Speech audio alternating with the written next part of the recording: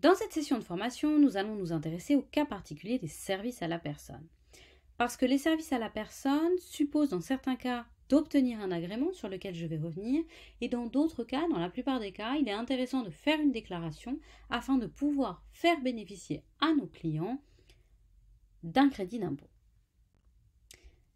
Qu'est-ce qu'un service à la personne? C'est la première chose qu'il convient de voir. Un SAP. C'est le cas des prestations pour des particuliers à leur domicile. C'est le cas de la garde d'enfants, de l'assistance à domicile, de l'entretien de la maison, des petits travaux. Attention, si l'activité est exercée hors du domicile, elle ne sera pas considérée comme service à la personne, sauf si elle complète des services effectués au domicile du client. Donc, les activités hors domicile sont possibles, mais seulement en complément d'une activité au domicile. Sachez que nous, pour les services à la personne, il y a deux types de formalités. La première pour obtenir un agrément, alors c'est nécessaire pour l'exercice de certaines activités, et la deuxième, c'est la déclaration qui est nécessaire pour obtenir un crédit d'impôt. Concernant l'agrément, tout d'abord, alors il est nécessaire pour certaines activités, je viens de vous le dire et je vais vous expliquer lesquelles après. Il est complété par la déclaration pour obtenir le crédit d'impôt. Il est valable pendant 5 ans, l'agrément. Il peut être renouvelé et il est possible de demander des modifications, notamment si vous avez une extension de vos activités qui concerne les services à la personne. Cela implique, une fois que vous avez l'agrément, de chaque trimestre faire un état d'activité et chaque année un bilan qualitatif et quantitatif de l'activité avec en plus un tableau statistique annuel. Alors, qui peut bénéficier? Quelles activités doivent bénéficier de l'agrément, puisqu'il est obligatoire pour ces activités? C'est la garde à domicile d'enfants de moins de 3 ans, l'accompagnement d'enfants de moins de 3 ans, promenade, transport, actes de la vie courante, l'assistance dans les actes du quotidien de la vie ou aide à l'insertion sociale des personnes âgées ou des personnes handicapées, sauf les actes médicaux qui sont réservés aux personnes qui ont le statut d'infirmier ou d'auxiliaire médical, en mode mandataire.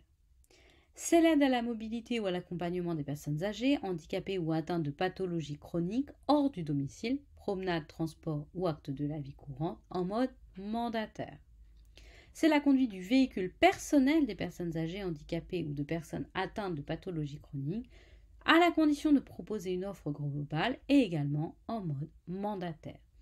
Donc dans tous ces cas, il est impératif d'avoir un agrément, sinon l'exercice de l'activité ne peut tout simplement pas avoir lieu. Vous n'avez pas le droit d'exercer sans agrément. Quelles sont les conditions pour obtenir l'agrément? Alors il faut exercer au domicile des clients, il faut avoir les possibilités techniques, c'est-à-dire les moyens humains, matériels, financiers qui sont nécessaires à l'activité. Il faut respecter un cahier des charges concernant le fonctionnement, l'organisation, la continuité des services, la délivrance et l'évaluation des prestations. Il faut une absence de condamnation interdisant d'exercer une activité commerciale. Et il faut aussi une absence d'inscription au fichier judiciaire national des auteurs d'infractions sexuelles et violentes. Donc, on le voit bien, l'agrément, il concerne des activités qui concernent des personnes peut-être qu'on peut dire les plus fragiles, notamment les enfants ou les personnes handicapées ou les personnes âgées. En gros, les personnes qui vont être dépendantes de la personne qui va s'occuper d'eux. Donc cet agrément, il permet d'opérer un contrôle pour que les personnes clientes soient protégées. Quelle est la procédure maintenant? Alors, la demande se fait en ligne sur le site Nova. Il faut des documents qui justifient de l'existence de l'entreprise. Donc normalement, ça vous avez, puisqu'à ce stade, vous avez dû créer votre micro-entreprise. Si vous n'avez pas de réponse pendant 3 mois, cela vaut acceptation. Sachez que l'agrément peut être retiré si l'organisme, ou dans votre cas, si votre micro-entreprise ne respecte pas les conditions que je vous ai énoncées. Si vous ne respectez pas le droit du travail et de la santé, alors le droit du travail en micro-entreprise, on n'est pas concerné puisqu'on n'a pas de salarié a priori. Sauf, je vous l'ai déjà dit, c'est possible, mais ce n'est pas rentable d'avoir un salarié. Si vous exercez des activités qui ne sont pas déclarées dans l'agrément, donc si vous exercez des activités qui dépassent celles de l'agrément, si vous n'envoyez pas les documents obligatoires, et dans ce cas-là, il faudra informer en cas de retrait de l'agrément les clients par lettre. La déclaration maintenant. Alors la déclaration, elle est nécessaire pour certaines activités et pour la déduction d'impôts. Elle n'est pas obligatoire pour les activités de la vie quotidienne, entretien de la maison, petit bricolage, soutien scolaire, cours à domicile. En revanche, si vous n'avez pas la déclaration, si vous ne faites pas la déclaration, vos clients ne bénéficient pas du crédit d'impôt. Il faudra mettre le logo sur les documents officiels de l'entreprise. Quelles sont les activités concernées? La garde à domicile ou l'accompagnement hors du domicile d'enfants de plus de 3 ans cette fois-ci. Donc pour les moins de 3 ans, il faut un agrément. Pour les plus de 3 ans, il faut une déclaration. L'entretien de la maison et des travaux ménagers, les soins esthétiques à domicile pour les personnes dépendantes, la préparation des repas à domicile, y compris les courses, la livraison de repas préparés ou de courses à domicile, les interprètes en langue des signes, les techniciens de l'écrit et les codeurs en langage parlé complété, le soutien scolaire ou les cours à domicile, l'assistance administrative, l'informatique à domicile. Donc, ce sont toujours des activités qui sont exercées à domicile. Le soin et les promenades d'animaux de compagnie pour les personnes dépendantes hors du toilettage et des soins vétérinaires. La conduite du véhicule personnel, de l'accompagnement et l'assistance aux personnes ayant besoin d'une aide personnelle temporaire à domicile hors personnes âgées et handicapées. Effectivement, pour les personnes âgées et handicapées, il faut un agrément.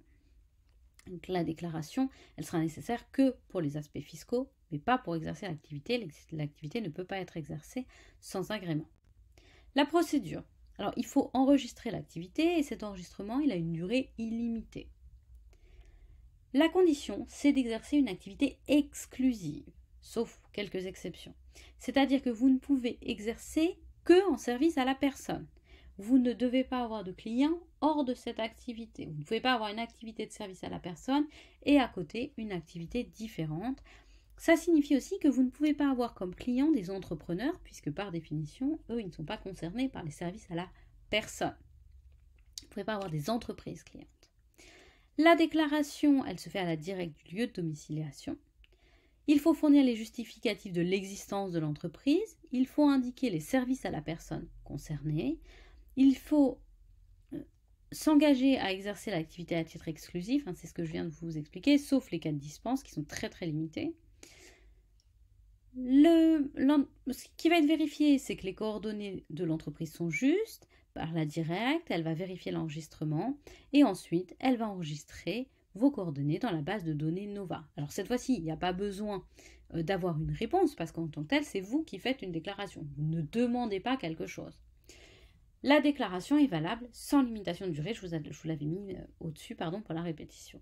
Enfin, la déclaration, il peut y avoir un retrait si vous ne remplissez plus les conditions d'offre globale, si vous ne respectez pas la condition d'activité exclusive, si vous ne transmettez pas au préfet ou en ligne l'état trimestriel de l'activité et du bilan annuel. Donc ça, c'est les informations je vous en ai parlé lors de l'agrément, mais il y a les mêmes pour la déclaration.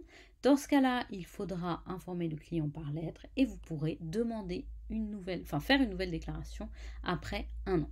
Voici pour ces explications sur les services à la personne. Je vous retrouve tout de suite pour la suite de cette formation.